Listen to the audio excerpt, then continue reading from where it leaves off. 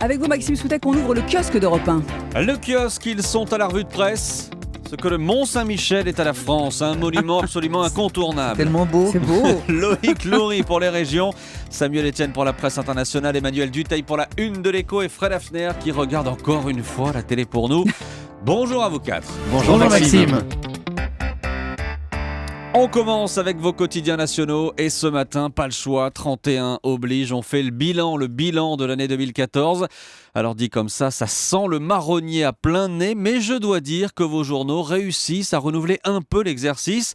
Libération par exemple, Libé fait la rétro de l'année en ne s'intéressant qu'aux ruptures de 2014. La rupture d'Arnaud Montebourg et Benoît Hamon avec Manuel Valls, la rupture de Franck Ribéry avec l'équipe de France de foot, ou évidemment la rupture avec un grand R, celle entre Valérie Trierweiler et François Hollande. À propos du président, je lui signale, s'il nous écoute ce matin, comme tous les matins, qu'il doit lire aujourd'hui l'opinion pour savoir ce qu'il attend en 2015. 15 enjeux chiffrés pour 2015, c'est le titre en première page.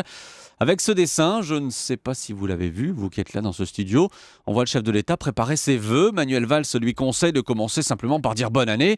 Et François Hollande répond « Tu rigoles ?» Après, on va me dire que je n'ai pas tenu ma promesse une fois de plus. Je reviens au bilan de 2014 avec le Parisien qui s'intéresse aux mots qui se sont imposés cette année. Alors, vous avez zadiste, vous avez sans dents, bashing, décapité, Game of Thrones. J'arrête là, il y en a à peu près 1 millier. Pour vous, les amis, qu'est-ce qu'il y a comme mots importants, des mots qui se sont imposés en 2014, Samuel ? Moi je dirais selfie. Selfie, de plus en Moi, plus. je dirais VTC. VTC. Ah ouais. VTC, vous en avez d'autres ? Moi, Game of Thrones, ça me va bien. Ouais. Samuel m'a piqué le mien, je voulais dire selfie, Oh. et surtout selfie c'était étonnant parce qu'en réalité c'est rien de plus qu'un autoportrait, c'est pas vraiment nouveau. Alors on dira autoportrait, les autres. Voilà, on dira autoportrait. Voilà pour vos quotidiens nationaux. Loïc Loury, qu'est-ce qui fait la une ce matin de la presse régionale ? Eh bien, les quotidiens de nos régions abordent 2015, chacun à leur manière. Réveillons le réflexe de prudence. D'abord, c'est à la une du Populaire du Centre, un jeu de mots un peu facile pour nous dire de ne pas trop abuser ce soir sur le champagne. Oui. La Provence, de son côté, saute la Saint-Sylvestre pour nous expliquer ce qui change en 2015, pour le meilleur et le pire, la hausse du SMIC pour les bonnes nouvelles, mais aussi celle du prix du timbre ou encore du prix des billets de train.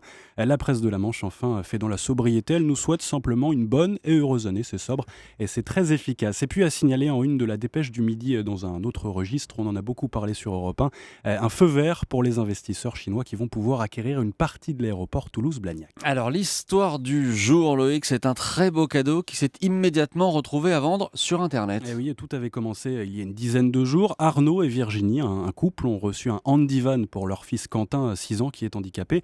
C'est une remorque en fait qui devait leur permettre de faciliter ses déplacements. Elle avait été financée par la générosité de plusieurs associations nationales, également françaises, locales, et à la mobilisation des pompiers.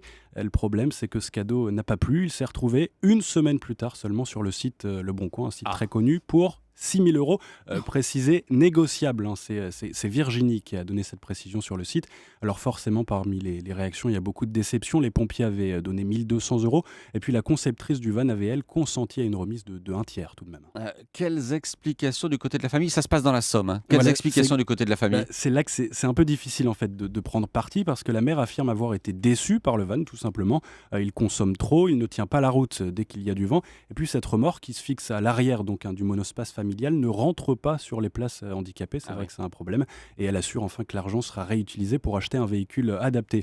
Alors 2 réactions parmi les gens qui avaient contribué à ce cadeau. La conceptrice, elle affirme qu'il a été fait sur mesure, donc elle est très déçue. Les pompiers, eux, sont un peu plus patients. Ils préfèrent rester attentifs, disent-ils, à la suite des événements. Ouais, et on suivra ça. Merci Loïc Loury. Samuel Etienne, la une de la presse internationale. Vous nous parlez de santé ce matin. Oui, parce que pour finir l'année, j'étais à la recherche d'une bonne nouvelle, histoire de terminer 2014 sur une note positive quand même.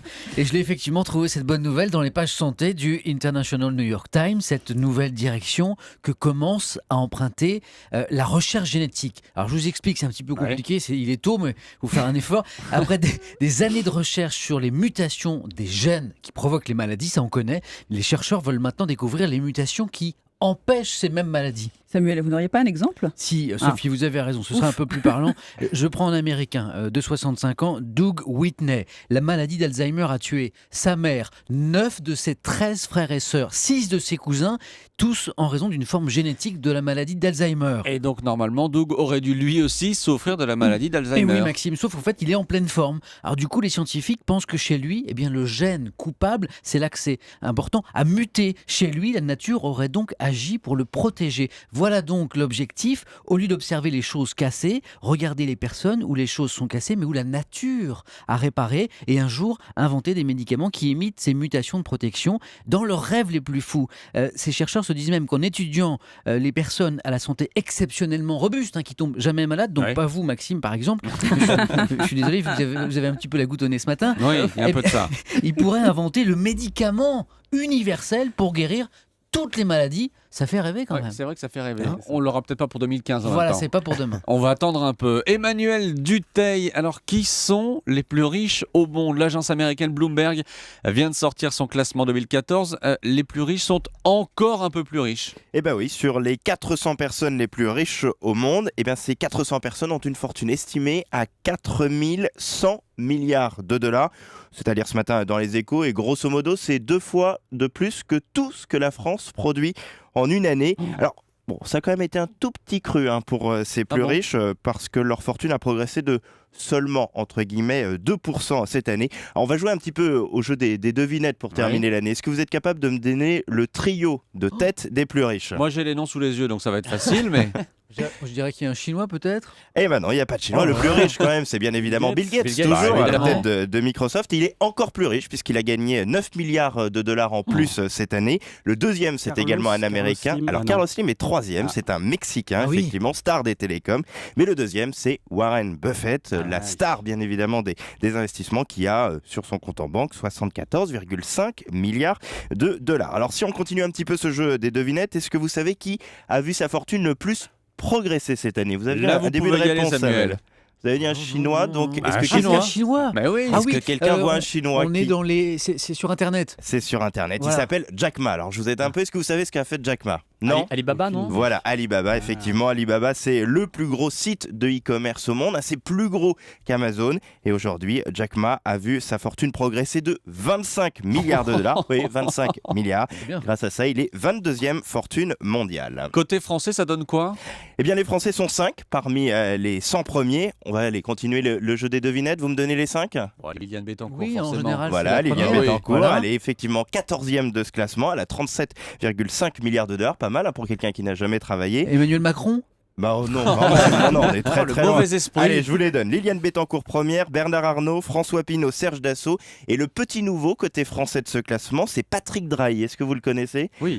C'est l'homme qui vient de racheter effectivement SFR, notamment patron de Numéricable. Il est 94e.